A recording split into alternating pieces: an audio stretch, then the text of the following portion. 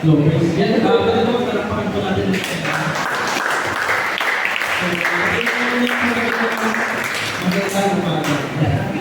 So, good morning po sa lahat. So, welcome po sa Galilean Christian Ministry. Sa mga bago, kami po yung nagagalak na makasama po namin kayo. So, sino po ba nandito last week? Taas kamay, di ba? So, naalala niyo po yung topic na pinag-aralan natin last week. So, ano yun? Freedom through the Holy Spirit. So, sa pamamagitan po ng Holy Spirit, tayo po ay pinalaya ng Panginoon from our past, from our sins, the curse of sins, from death, and so on. At ito po ay bunga at biyaya ng Panginoon. And hello, praise yan. Nawawala. Ang tatalakayin po natin is all about church. Sabihin mo nga church.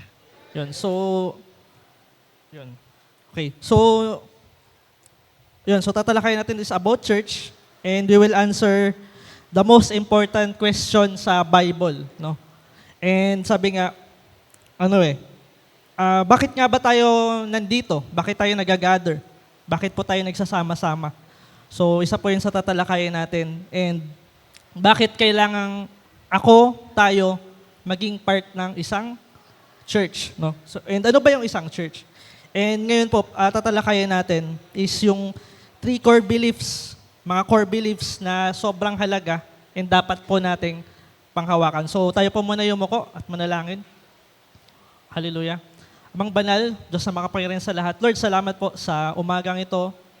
Salamat po, Lord, sa biyaya mo, sa grasya mo na patuloy mo pong pinaparanas po sa amin. Lord, salamat po sa mga himala, sa kagalingan, Lord, na narinig po namin.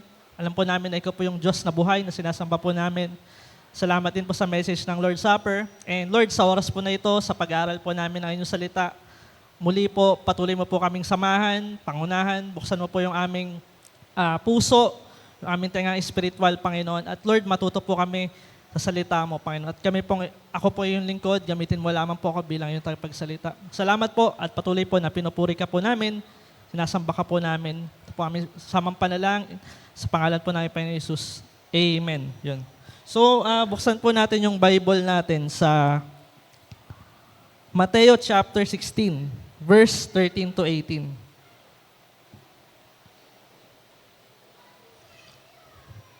Mateo chapter 16, verse 13 to 18.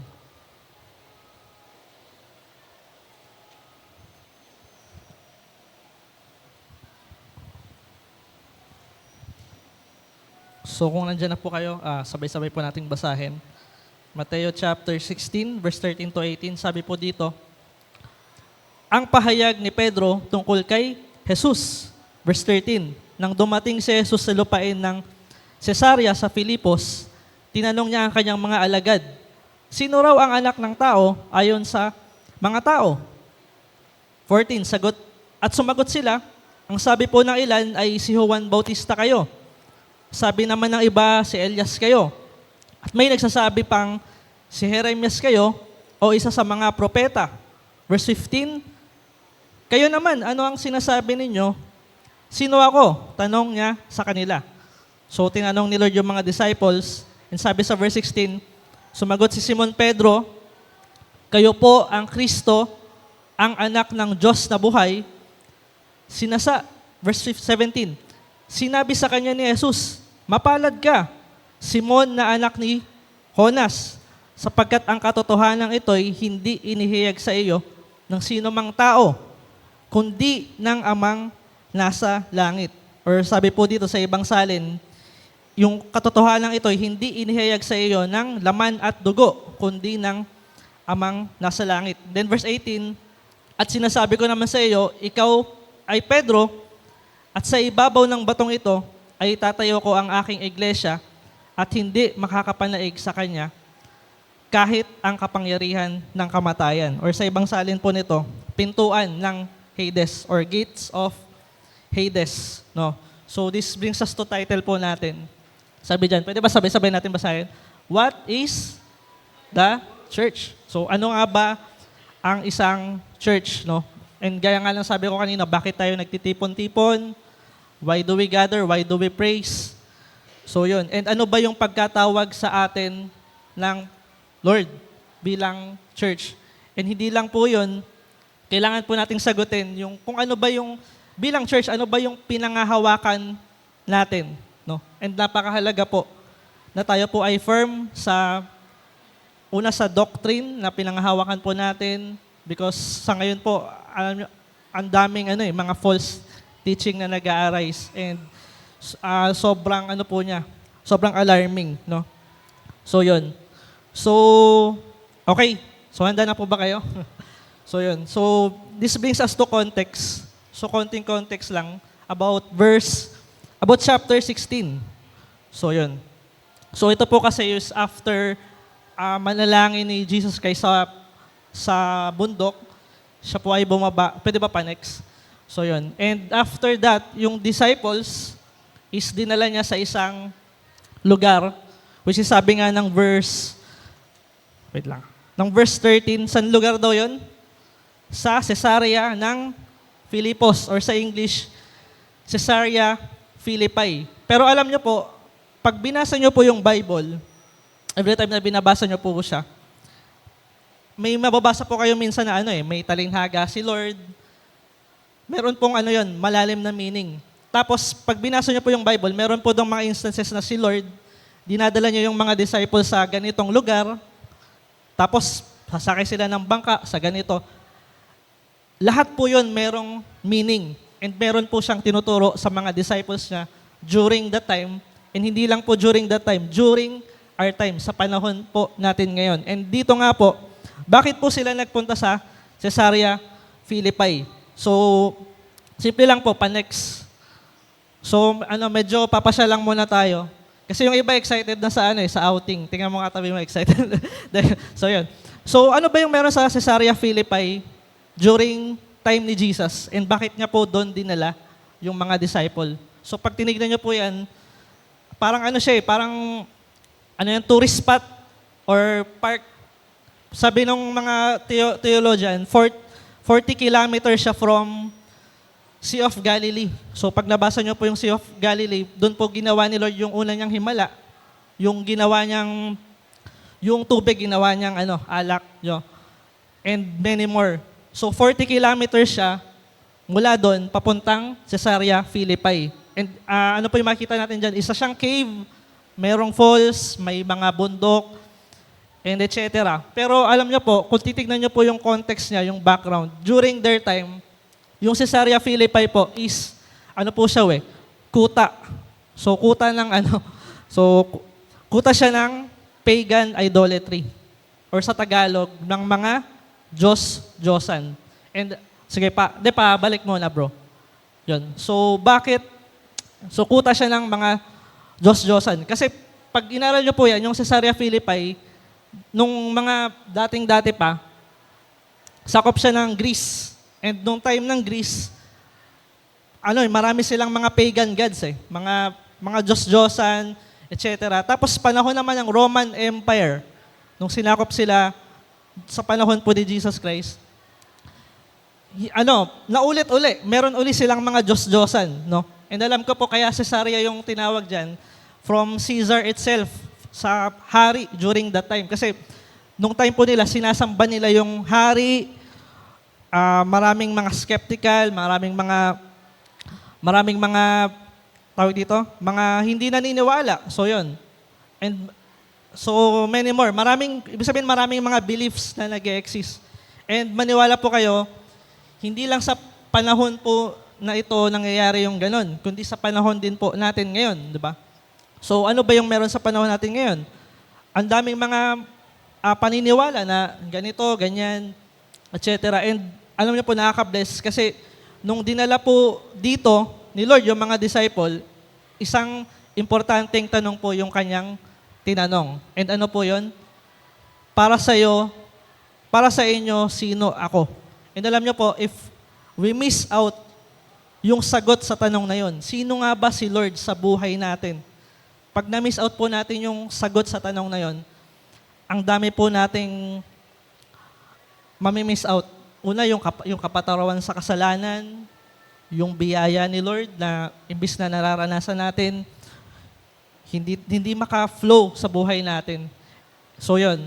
And sabi nga dyan, yung problem Sabi dyan, no, yung mga pagan idolatry, false beliefs, mga kulto, unbelief, yung mga hindi naniniwala sa Diyos, mga skeptic. Yung, pag sinabi skeptic, parang 50-50. Parang naniniwala sila na walang Diyos pero may something na nag-e-exist. So sa panahon natin, parang ano yan mga naniniwala sa universe. Yung universe daw, ganito, nagpapala.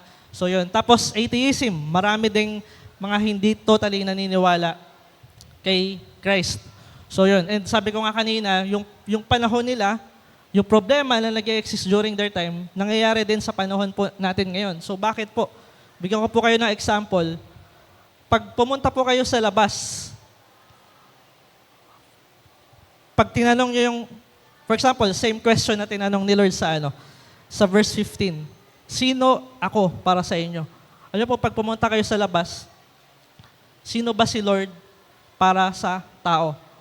And alam niyo po, napakaraming paniniwala, false beliefs na nag-exist. Number 1 po dyan, pag kumausap po kayo ng isang Muslim, sino ba dito may mga friend na Muslim, pag nakausap po kayo ng, actually meron akong mga friend din na Muslim from work, pag nakausap niyo po sila, si Christ is, isang prophet lang, isang propeta lang na sugo, no?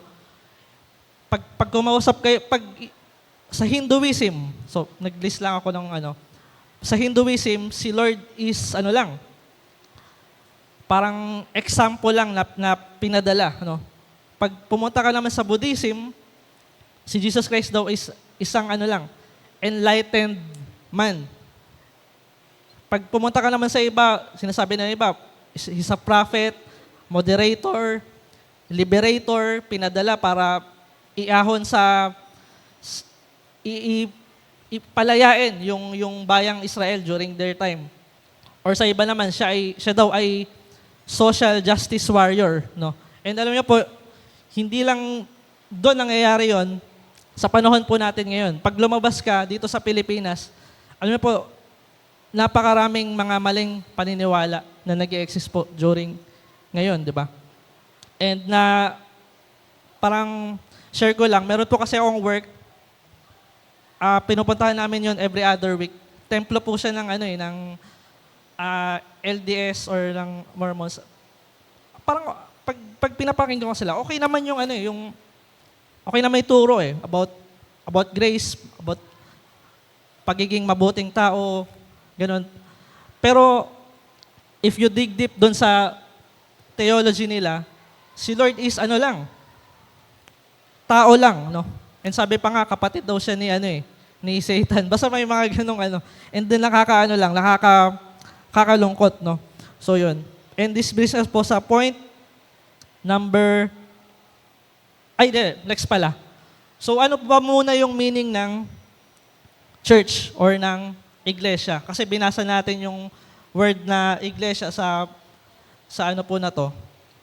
Sa verse 18, sabi nga po dito, sinasabi ko naman sa inyo, ikaw Pedro, sa ibabaw ng batong ito ay itatayo ko ang aking iglesia at hindi makakapanaig sa kanya kahit ang kapangyarihan ng kamatayan. So ano po ba yung iglesia? So dito po yung first na binanggit ni Lord, yung word na iglesia.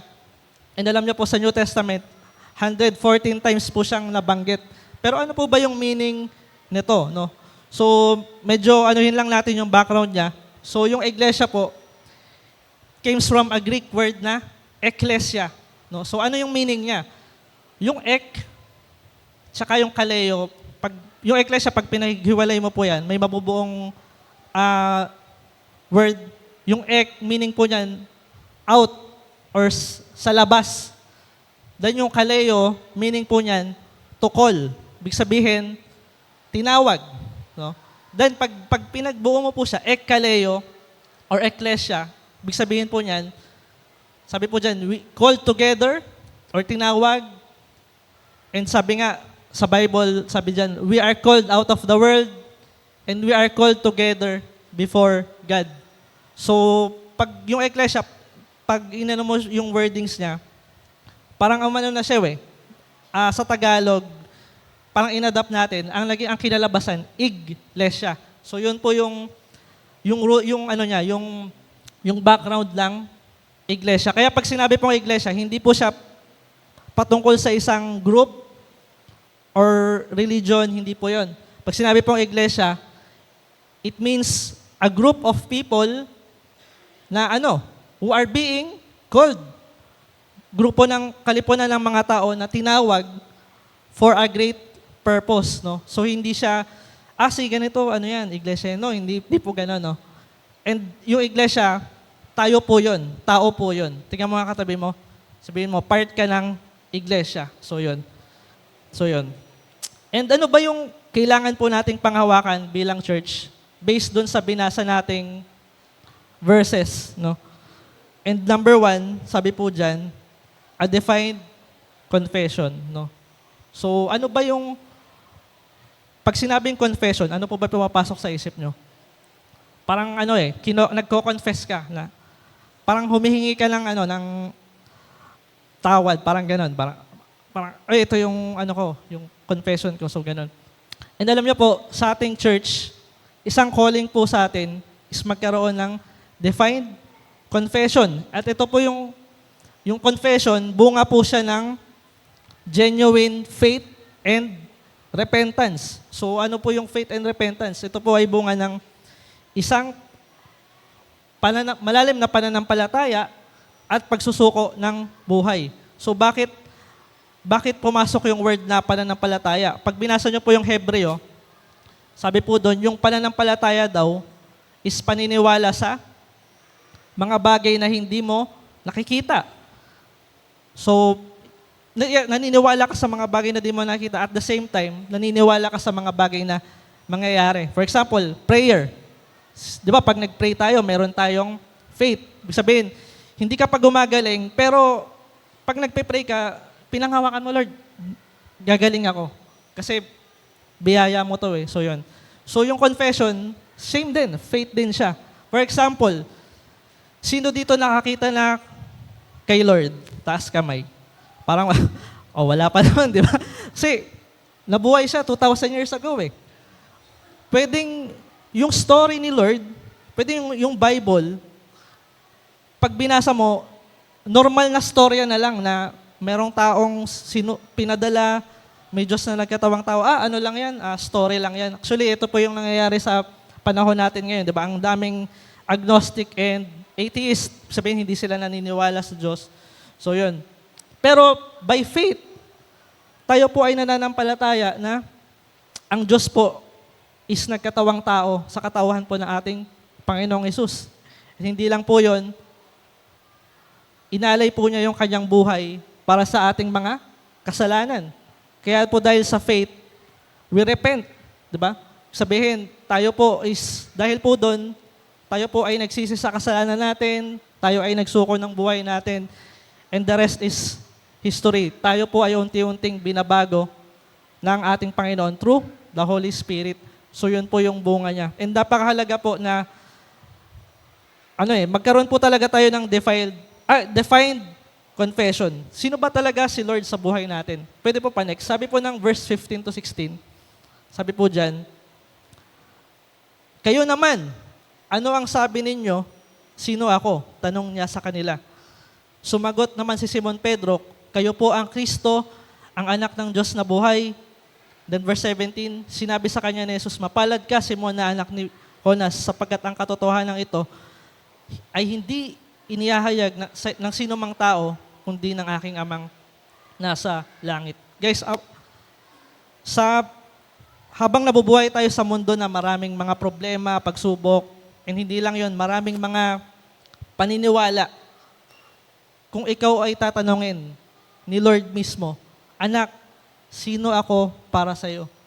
Kaya ba natin siyang, ano kaya isasagot natin, no? Lord, ano ka, Lord? Lord and Savior. Tama naman, di ba?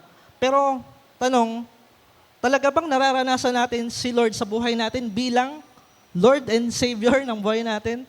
Talaga bang si Lord yung nasusunod sa buhay natin? Or yung sarili pa rin natin? Kaya nga nakaka-bless sabi ni Pedro dito, sumagot si Simon Pedro, kayo po ang Kristo, ang anak ng Diyos na buhay. So from the beginning, nung na-encounter Pedro si Lord, isa lang yung pinanghahawakan niyang faith. Itong kasama namin na to, ito yung Kristo, yung anak ng na buhay. And sa atin ba, every time we worship, every time na nagba-Bible study tayo, every time na humahayo tayo, same thing ba yung pinanghahawakan natin sa buhay natin? Or hindi na lang sa sa gawain, sa personal life na lang natin. Si Lord ba is talagang Kristo, nananampalataya ka ba na siya yung anak ng Diyos na buhay? Di ba? And napakahalaga po na yung faith natin is talagang lumalim. Naalala ko nga meron po akong binabasang book about conversion. Meron daw isang pastor, meron siyang anak na na dalawa high school. Pag tinitignan niya yung anak niya, okay naman, active sa church, uma-attend, sabi nga may matataas na grades. Kung titingnan parang okay naman, no? Pero sabi nung leader na yon, kinausap niya yung pastor niya, "Pastor, meron akong problema." Okay, ano yon? Sabi niya, yung mga anak ko, yes, mababait sila, they have good grades. Okay sila sa school, nag-excel sa bahay, okay naman. Pero may mabigat na pakiramdam ako. Ano yun? Sabi niya, itong dalawa kong anak, feeling ko, hindi pa sila ligtas talaga. Ano po, nakakagulat. Biruin mo, active, talagang matataas grades, etc. So, tapos sabi niya, hindi pa sila ligtas. So bakit? So sabi nung leader na yon, kasi si Lord daw is add-ons na lang sa buhay nila. So ano yung add-ons? Hindi pa yun yung sa mga burger machine, hindi. So add-ons, parang na lang, pangdagdag na lang sa buhay mo. Example, yes, nag-church ka. Umaatin tayo, tayo ng Bible. Pero si Lord ba is talagang naghahari sa buhay natin? Sinusunod natin? Or pangdagdag na lang sa buhay natin? So yun, and kayo po yung makakasagot nun. And the next verse, sabi nga po dyan, Gawa 4:12, sabi po dyan, sa Kanya lamang matatagpuan ang, kaligtasan, sapagkat walang ibang pangalan sa buong daigdig na ibinigay ng Diyos sa mga tao upang tayo ay maligtas. So baka tulad tayo ng Caesarea Philippi na ang dami pa nating faith na pinangahawakan, di ba? So tayo po yung makakaalam nun. Pero sa atin ba, talaga bang si Lord yung Kristo, yung Diyos, yung tagapagligtas ng buhay natin? And tayo lang po yung makakasagot nun. It's a personal question, no? And then bilang church, ano po ba yung pagkatawag sa atin or dapat nating panghawakan? Number 2, sabi po dyan, a church should be, next, should be, pwede ba sabay-sabay natin basahin? Led by the Holy Spirit. Ano po, napakahalaga na tayo po ay sinasamahan ng Holy Spirit. And hindi po sa atin nanggagaling yung desire, etc. Napakahalaga po na nililid po tayo ng Holy Spirit. And nakaka-bless. Alam niyo po, sige mamaya na lang. Pero bakit ba kailangang pagharian tayo ng Holy Spirit? Sabi nga po dito, una, the Spirit sanctifies us. Yung role ng Holy Spirit, siya yung gumagawa sa buhay natin para tayo is ma-sanctify, mapaging banal. And sabi nga po doon, it gives us desire to do His will. Binibigyan niya tayo ng desire para gawin yung kalooban ni Lord. Kaya nga sabi ng verse 16, ng Juan 16:14-18, kung mababasa niyo po to, alam ko may mga nag-share na sa atin ito. Sabi ng Juan 16, verse 14-18, yung context po nun is yung si Lord is magpapadala ng gabay at patnubay sa ating mga mananampalataya. And ano po yun? Ito po yung Holy Spirit na siyang gumagabay sa atin, pumapatnubay sa atin sa araw-araw. And sabi ng Filipos 2:13, yung Holy Spirit daw, siya daw ay kumikilos sa atin upang naisin at isagawa ang kanyang kalooban. Kaya napakahalaga po na tayo po is, bawat isa po sa atin, we are led by the Holy Spirit. Kaya nga po yung pagbabasa ng Bible, pag-attend, pag-share, kahit nga yung simpleng pangangamusta lang or pagpe-pray doon sa mga kapatiran natin, pagdalaw, hindi po siya hindi po siya desire, basta-basta desire mo lang. Sabi po ng Filipos 2:13, yung Holy Spirit daw po yung gumagawa sa buhay natin para i-desire natin yung kanyang kalooban. E ano ba yung kalooban ni Lord, di ba? Matthew 6:33. Kalooban niya is unahin natin ang kanyang kaharian above anything else. And sabi din ng utos ni Lord, di ba? Ibigin mo ang Diyos ng higit sa lahat, buong puso, buong kaluluwa, buong pag-iisip. Pangalawang utos, ibigin mo ang iyong kapatid, gaya ng iyong pag-ibig sa sarili. So the Holy Spirit gives us the desire to love and to reach out other people. And nakaka-bless, kasi sabi po ng verse 17, sa text po na binabasa natin, pwede ba sabay-sabay po natin basahin? Matthew 16, verse 17, sabi po dyan, sinabi niya sa kanya ni Jesus, pinagpala ka, Simon, na anak ni Jonas, sapagkat ang katotohanan ito'y hindi inihayag sa iyo ng sino mang tao, kundi ng Ama na nasa langit. So imagine niyo po, no? Yung pananampalataya pala kay Lord, hindi po sa atin lang galing. Bakit? Kasi tayo po is likas na makasalanan. Ito po ay nanggaling at ni-reveal mismo ng Diyos Ama, no? Sa atin, like what He did kay Pedro, no? And sabi nga dito, hindi ito magagawa ng sino mang tao. Bakit? So example lang, kung babalikan natin yung dati nating buhay, sino sa inyo excited umattend lang church? Sino sa atin excited magbasa ng Bible? Yung hindi pa tayo, nakakilala kay Lord, nung hindi pa tayo ma-attend. Di ba? Wala Kasi, ang sarap sa bahay, may mga bisyo tayo na pinanghahawakan, yung dati nating buhay. Actually, puro sarap Pero, sabi dito, yung Diyos Ama, siya po yung naghahayag sa atin para manampalataya tayo sa ating Panginoong Hesus. And question, sino ang nauna? Parang itlog o manok, joke lang. Ano ang, paano ko pwede? Question, sino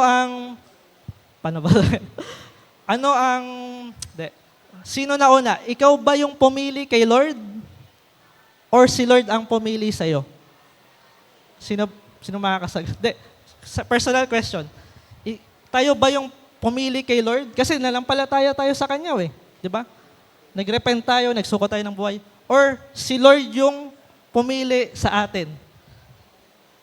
So kayo po yung makakasagot niyan. Pero alam niyo po, nakaka-bless, no? Sabi ng John 15:16, nung binabasa ko po ito kagabi. Sabi po dyan, sabi ni Lord, no? Hindi kayo ang pumili sa akin. Ako ang pumili sa inyo. Si Lord daw yung pumili sa atin. And sabi dyan, hinirang ko kayo upang kayo'y humayo at magbunga at manatili ang inyong bunga. Sa gayon, ang anumang hingin ninyo sa Ama sa aking pangalan ay ibibigay ko sa inyo. Di ba po nakaka-bless? The moment na ikaw ay makasalanan pa, the moment na tayo is lumabag kay Lord, marumi sa harapan ni Lord, sabi doon, pinili niya tayo. Siya yung pumili sa atin, hindi tayo yung nag-seek, yung pumili sa Kanya. And kaya ka nandito, tingnan mo yung katabi mo, kaya ka nandito kasi part ka ng church, ng community, na sama-samang, nag-worship kay Lord, di ba? And sabi nga po dito, yung word na hinirang, sabi nga doon, hinirang, hindi lang tayo basta pinili, kundi hinirang tayo, di ba? Upang magbunga, manatili yung ating bunga, and so on. So it means, talagang noong una pa lang, si Lord na talaga yung pumili sa atin and humirang sa atin. And the next verse, sabi nga po ng Ezekiel chapter 11, verse 18 to 20. Ano ba yung role ng Holy Spirit sa buhay ng bawat isa? Sabi po dyan, at pagbalik nila roon, aalisin nila ang mga kasuklam-suklam ng mga bagay roon. And then verse 19, bibigyan ko sila ng bagong puso, bagong espiritu, ang masuway nilang puso ay papalitan ko ng, pusong masunurin upang lumakad sila ayon sa aking mga tuntunin at sumunod sa aking mga utos, sa gayon magiging bayan ko sila at ako ang kanilang magiging Diyos. So, isang role ng Holy Spirit. Actually, ito po is prophecy na one day, yung God's people, yung mga tao ni Lord, mga tinawag niya, bibigyan niya daw ng bagong puso and bagong espiritu.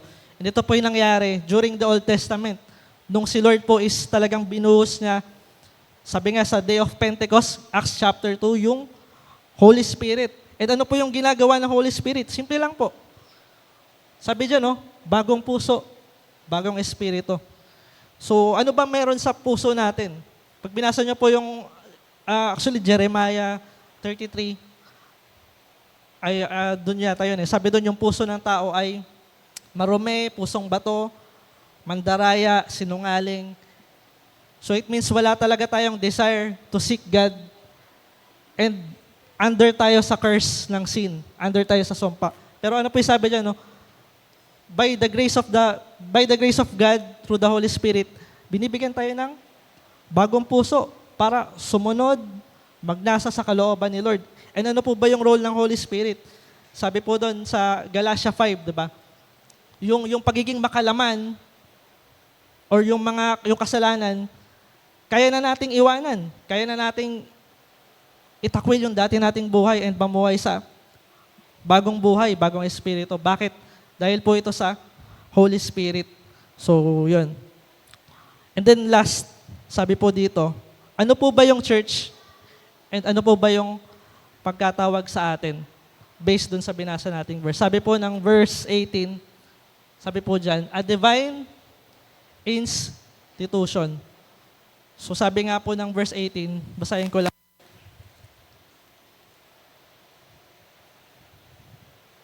Sabi po dito, at sinabi ko naman sa iyo, ikaw Pedro, ikaw ay Pedro, at sa ibabaw ng batong ito ay itatayo ko ang aking iglesia. At hindi makakapanaig sa kanya kahit na ang kapangyarihan ng, kamatayan. So ang tawag po sa atin is not just a group, hindi tayo isang basta community lang, basta yung nagsasama-sama lang para makinig. No. Ang calling po sa atin is a divine institution, which is God, si Lord mismo yung nagtatag. Kaya nga sabi dito, sa ibabaw ng batong ito, itatayo ko ang aking iglesia. So yung church, hindi po siya patungkol talaga sa isang structure or templo. Ang church po is tayo pong tao. Kaya nga sabi dito ni Lord, sa batong to, imagine mo, sa batong to, itatayo ko yung church ko. Teka Lord, wala namang dyan wala namang building dyan paano yun? No, because every time na mag-gather po tayo sa pangalan ni Lord, tawag po doon, church. So yun. And yun po yung meaning nun. Sabi po ng verse ng Daniel, chapter 2, verse 44. Sabi po dito, ito po kasi yung devotion ko this week. And nakaka-bless kasi connected siya. Sabi po sa Daniel chapter 2, verse 44. Sabi po dyan, sa panahon ng mga haring iyon, ang Diyos sa kalangitan ay magtatatag ng isang kahariang hindi maibabagsak kailanman, ni masasakop nino man. Dudurugin nito ang ganap, nawawasakin ang iba at wawasakin ang iba pang kaharian. At mananatili ito magpakailanman, kaya't hindi na makakabangon ang mga iyon kahit kailan. So yung context po kasi nito is about dream na binigay ni Lord dun sa hari, kay Haring Nebuchadnezzar during Old Testament. Way back, matagal na. And alam niyo po, nung pinaliwanag siya ni Daniel by Spirit ni Lord, si Lord po yung nagbigay ng vision sa kanya. Sabi po ni Lord doon, magtatatag siya ng isang kahariang hindi maibabagsak kailanman, ni masasakop nino man. And sabi nga sa bandang huli, mananatili ito magpakailanman. So ano po yung tinutukoy dito? Ano ba? Military ba? Army ba? No? Hindi po. Ang tinutukoy po dito is yung church na itatatag ni Lord during Old Testament. And tayo po iyon, di ba? Kaya nga sabi nung verse 18 kanina, pwede ba pabalik isang slide? Sabi diyan, no? Sinasabi ko sa iyo, sa ibabaw ng batong ito, itatayo ko ang aking iglesia at ang kapangyarihan ng kamatayan ay hindi magtatagumpay laban sa kanya. So yung tinutukoy pala sa prophecy is hindi about lulupigin yung yung ganitong army, ganitong samahan. Hindi po 'yon. Ang tinutukoy po doon na one day itong kaharian na to na pinangungunahan ni Lord, gagapiin niya yung isang kaharian na sobrang lakas and hindi natin kayang talunin. And ano po 'yon? Yung kaharian ni Satan, nung kasalanan, no? Yung area ni Satan na nandun yung kasalanan, yung kamatayan, yung sumpa, and so on. And sabi nga po doon, lulupigin ni Lord yung kaharian na yon. And sabi nga po dyan, ang kapangyarihan ng kamatayan ay hindi magtatagumpay laban sa Kanya. Kaya po tayo po, hindi lang po tayo is basta-basta samahan lang na nagagather. Sabi nga po doon, a divine institution. Ibig sabihin po, tayo po sa harapan ni Lord, sa grace ni Lord, tayo po ay mananagumpay. Tayo po ay tagumpay na, hindi tayo talunan. Hindi na tayo parang, yes, tagumpay ka na, kaya hindi ka na pwedeng bumalik doon sa dati mong buhay. Kaya mo na siyang talunin, di ba? And sabi nga po dito, kay Kristo, yes, nagtagumpay tayo. Pero saan ba tayo nagtagumpay? Kailangan po malaman natin yon. Saan nga ba tayo nagtagumpay? Dahil sa pananampalataya natin kay Kristo. Sabi po dyan, next.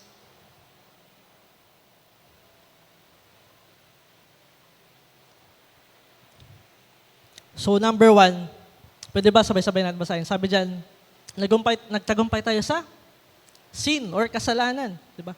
Dahil po kay Lord, yung kasalanan, talagang hindi na tayo under ng kasalanan.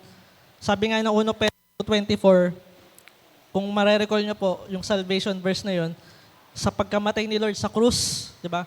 Dinala niya yung bigat ng kasalanan po natin para daw number 1, para hindi na tayo mamuhay sa kasalanan. And sabi po doon sa uli, para mamuhay tayo sa liwanag, sundin natin ang kanyang kalooban. And sabi nga po ng Romans 5:18-19, so share ko na lang po yung context nun. Ito po is about a person na dahil sa kanyang pagsuway, lahat ng tao damay. Kilala niyo po ba kung sino yun? Ito po ay si Adan at si Adan. No? Dahil sa kasalanan po niya, lahat ng tao during Old Testament hanggang sa panahon natin ngayon, we are under the curse of sin and death. Pero sabi po ng Romans 5, verse 18-19, dahil po sa ginawa ng isang tao din, no, tayo po ay naging matuwid. Lahat po tayo. No? And sino po yung tinutukoy doon? Si Jesus Christ. No? And dahil po sa kamatayan niya, nagapi na po natin ginapi niya yung kasalanan. And tayo bilang mga mananampalataya, kaya natin gapiin yung kasalanan. It means, talagang totally, 100% iwan na natin, talikuran na natin yung dati nating buhay. Number 2, sabi po dyan, ano pa yung napagtagumpayan natin? Yung sarili natin, sarili mo. Di ba?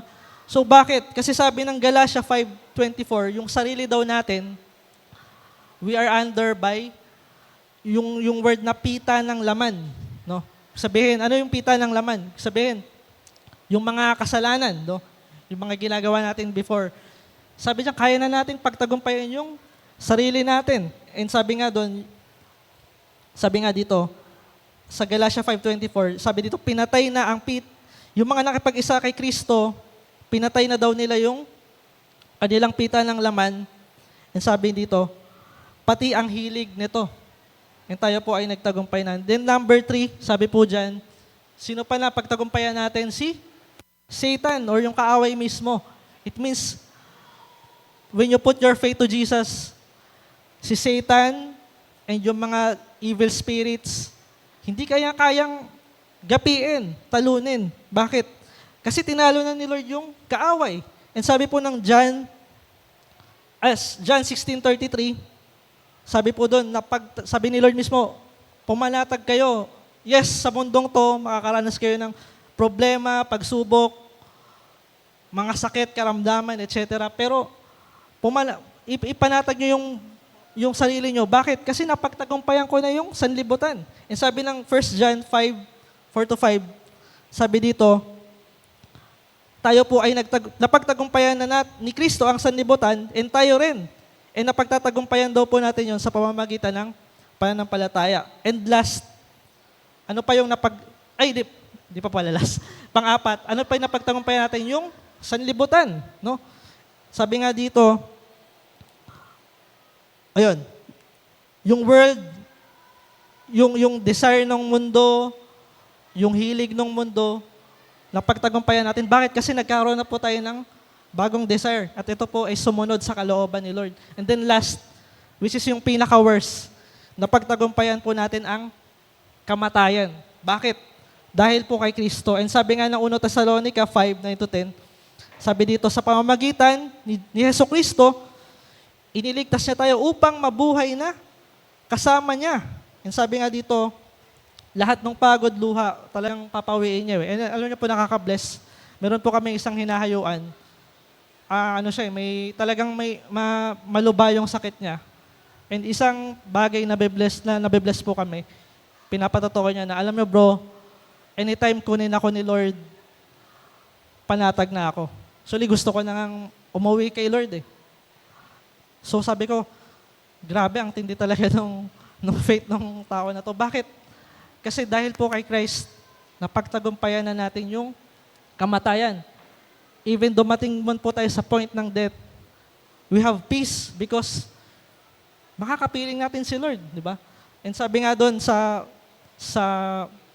Romans 8, ito question, meron bang makakapaghiwalay sa atin sa pag-ibig kay Lord? Meron po ba? Sabi po ng Romans chapter 8, walang makakapaghiwalay sa atin sa pag-ibig ng Diyos. Even kagutuman, kahubaran, kahirapan, etc. And yung pinaka-worst, yung kamatayan. No? And sabi nga po dito, if you're part of the church, you are part of something. Kung part ka ng church, kung nakatanim ka sa isang iglesia, you are part of something. Dito na lang po ako magtatapos. Sabi dito, if you are part of the church, you are part of something that, something that Christ loves and building. Something na mahal ni Lord, binigay niya yung buhay niya, at pinapaging banal niya. And sabi nga po dito, you are part of something that Christ died for. Namatay si Lord para sa atin, and bilang example, kailangan din nating ialay yung buhay natin para sa iba. And then last, sabi dito, you are part of something that Christ will coming back for. Sabihin, hindi pa doon natatapos lahat. Si Lord is muling babalik. Naniniwala po ba kayo na si Lord is muling babalik? So yun, amen. And inayaya ko po lahat na tumayo. And dito na lang po ako magtapos sa isang verse.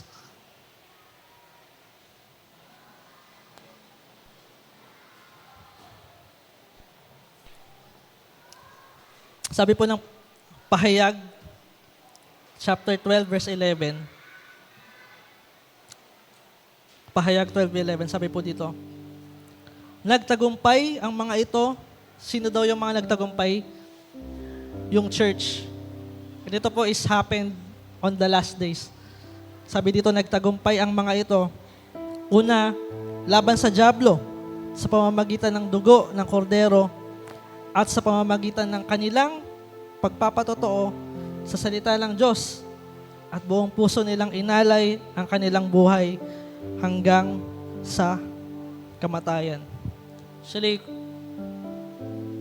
if we recall po natin yung buhay natin, simula nung una hanggang ngayon, tayo po is mananagumpay na eh. Pero bakit may mga time na dumadaan tayo sa matinding pagsubok or nadadala tayo ng problema? Simple lang po, baka si Lord is hindi pa talaga siya yung Diyos ng buhay natin. Baka hindi pa talaga natin naisusuko yung buhay po natin. And sa oras po na ito, as a church, bilang isang katawan na haharap kay Kristo, tayo po is sabay-sabay mananalangin. And pag-pray po natin, una yung church, na talagang samahan po tayo ni Lord, i-lead po talaga tayo ng Holy Spirit, and talagang yung kaaway is hindi makapanaig sa iglesia ito. Pwede po ba sabay-sabay po tayong manalangin? Panalangin po natin yung church. Sige po. Hallelujah, Lord Jesus. Magbanal Diyos, mga panasal. Lord, pinupuri ka po namin. Sinasamba ka po namin, Panginoon. Sa oras po na ito, ang church. Yung church na inyong tinatag, na tinawag, Panginoon. Sa oras po na ito, Lord, we declare anumang gawa, ganti na kaaway, Lord, hindi makakapanaig, Lord, sa lugar po na ito. Kasi dahil ikaw po yung Diyos po namin. And Lord, all the curses of sin, death, tulungan mo po kami na mapagtagumpayan po namin ito, Panginoon. Hallelujah, Lord. Lord, salamat po sa araw po na ito. Salamat po sa mga natutunan po namin. Lord, salamat dahil ikaw po yung Diyos na sa simula't simula pa lamang, ikaw po yung tumawag sa amin, pumili sa amin, humirang sa amin, Panginoon, upang sundin ang inyong kalooban. And Lord, sa oras po na ito, kung meron man pong mga doubts, mga pag-aagam-agam about sa kanilang pananampalataya, Lord, sinasabay po namin ito sa pangalan po namin, Panginoon Jesus. And Lord, help us na manampalataya, Panginoon, maniwala, magtiwala, Panginoon, na ikaw po yung Diyos na buhay, na nagkatawang tao, pinako sa krus, namatay para sa aming mga kasalanan, pero hindi po natatapos. Ikaw po ay nabuhay, and dahil po doon, we are overcomers, Panginoon. Napagtagumpayan na po namin yung kasalanan, yung sarili namin, yung hilig nito, yung mundo, and even yung kamatayan, Panginoon. Nanampalataya po kami dito. Lord, Amang Banal, sa mga nanghihina po ngayon, sa mga may pinagdadaanan, maybe oppression or doubts, Lord, sinusuko po namin sa inyo ito. Lahat ng kabigatan, Lord, sinusuko po namin sa inyo. Tulungan mo po kami na makabangon at sundin yung kalooban mo po, Panginoon. And the rest of our lives, hanggang sa ikaw ay bumalik, Lord, makita mo po na kami po ay ganap, banal, at ito po sa pamamagitan ng aming Panginoon Jesus. Lord, salamat po sa bawat pamilya na nandito. We pray, Lord, pagpalain mo po yung bawat isa sa mga nagtatrabaho. Lord, pagpalain mo po sa mga nag-aaral. Pagpalain mo po, Lord, sa mga naghahanap ng path nila sa buhay. Kung saan mo, Lord, sa inyo po namin hinihingi yung kalooban mo na mangyari po ito sa buhay ng bawat isa. Salamat po, at sa umaga pong ito, sinasamba ka po namin, pinupuri ka po namin. Salamat po, Diyos, at ito po kami sa aming samang panalangin. Sa pangalan po namin, Panginoon Jesus. At ang lahat po yung magsabi ng Amen. Okay, so palakpakan po natin, Panginoon.